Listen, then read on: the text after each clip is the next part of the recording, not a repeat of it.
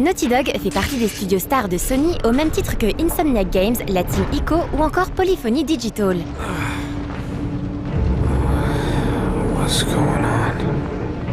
Connu pour avoir créé la licence Crash Bandicoot qui a fait les belles heures de la PlayStation, puis celle non moins fameuse de Jak and Daxter sur PlayStation 2, le studio californien a lancé sur PS3 la saga Uncharted.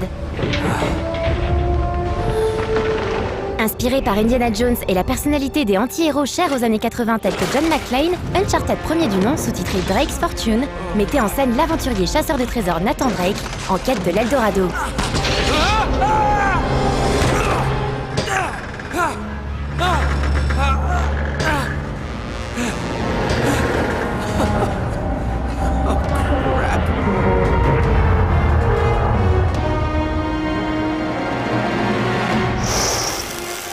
Ce premier jeu PS3 sorti fin 2007, soit quelques mois après la disponibilité de la console en France, avait marqué par ses indéniables qualités techniques, son gameplay simple et efficace, et les personnalités hautes en couleur de ses protagonistes mises en valeur par d'excellents dialogues aussi bien écrits que joués. This way.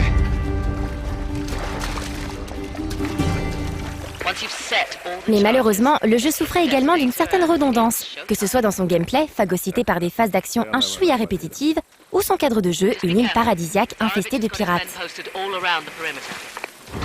Bien conscient de ce problème, l'équipe de développement a considérablement enrichi Uncharted 2, mais alors considérablement enrichi. Que ce soit dans ses décors, désormais nettement plus variés, jungle de Bornéo, musée en Turquie, montagnes et cités tibétaines, les situations de jeu proposées ou les gameplays développés. Ce qu'on a voulu sur Uncharted 2, en fait, on a voulu un petit peu pousser au niveau du gameplay, faire des choses nouvelles, bien sûr. On a voulu rajouter plusieurs facettes à Nate, en fait, où il peut s'accrocher au mur et tirer en même temps. On a rajouté tout ce qui est le côté stealth, où il peut s'infiltrer et approcher, en fait, des setups, en fait, de manière complètement différente. L'histoire est linéaire parce qu'on raconte une histoire, mais au niveau du gameplay, on donne plusieurs options, en fait, aux joueurs, et c'est à lui de l'aborder comme il le veut. Donc tu peux soit essayer d'y aller de manière discrète, ou tu peux essayer d'y aller en bourrin et prendre ton gun et puis essayer de tuer les mecs, plus les puzzles, etc.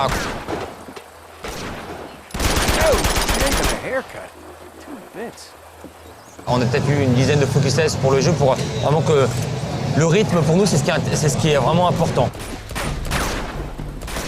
Conçu comme un film, une superproduction hollywoodienne, Uncharted 2 déploie toute la panoplie des ressorts et situations ludiques afin de maintenir le joueur en haleine, scotché sur son siège, mais néanmoins actif, paddle en main.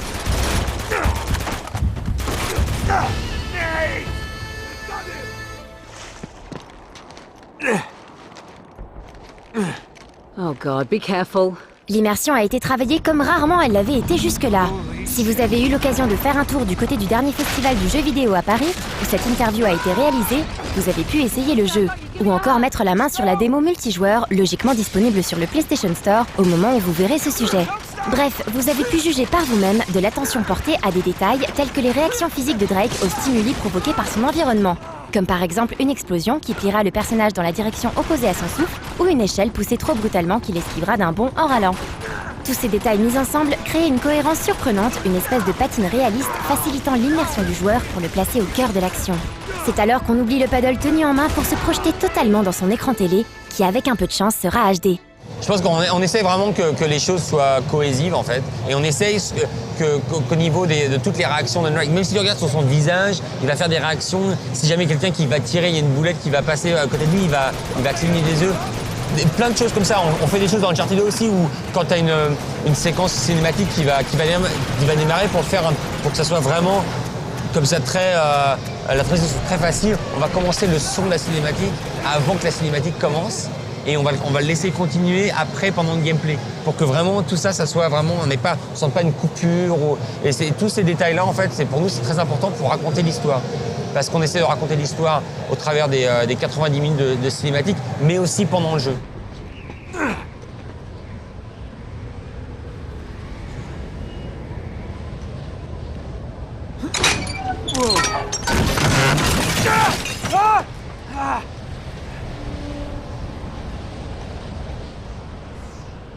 On voulait vraiment pas que les gens aient l'impression « Ah, je regarde une cinématique ». Non, ça fait partie de la progression du jeu. Les gens l'attendent, l'anticipent et quand ça vient, ils apprécient vraiment. Mais au niveau du contrôleur, ils savent pas si c'est le moment de poser ou pas, quoi.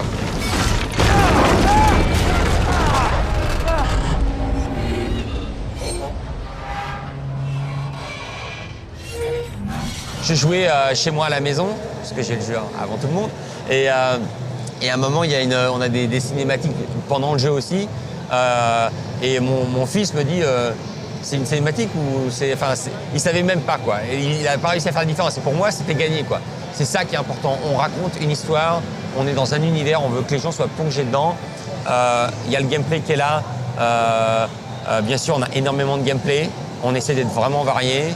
Mais on a vraiment, au niveau de l'histoire, c'est un boulot phénoménal qui a été fait. Au niveau des dialogues, je suis très fier de ce qu'on a fait à Naughty Dog pour ça. Et je pense que les gens vont vraiment apprécier.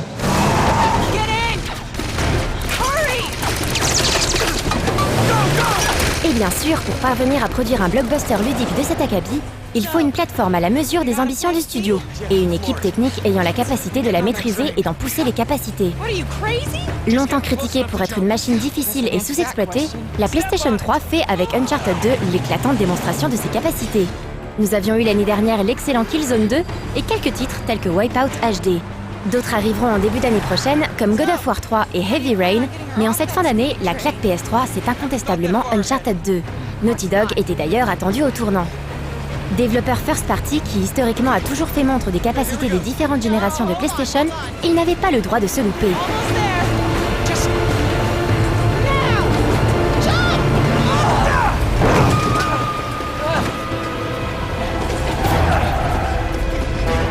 Nous, en fait, historiquement parlant, Naughty Dog, on a toujours été là pour montrer un peu ce que le hardware de la PlayStation pouvait faire. Et encore une fois, on essaie de le faire avec la PlayStation 3. La pression, on se la met nous-mêmes, plus que n'importe qui d'autre, plus que Sony, plus que les gens. Je pense qu'on a fait quelque chose qui, techniquement parlant, est peut-être quasiment 1 an ou 2 en avance sur ce qui va se faire sur cette console. Moi, je l'ai toujours dit. J'ai toujours dit que la console, elle avait un potentiel énorme. Et je pense qu'aujourd'hui, on peut le voir.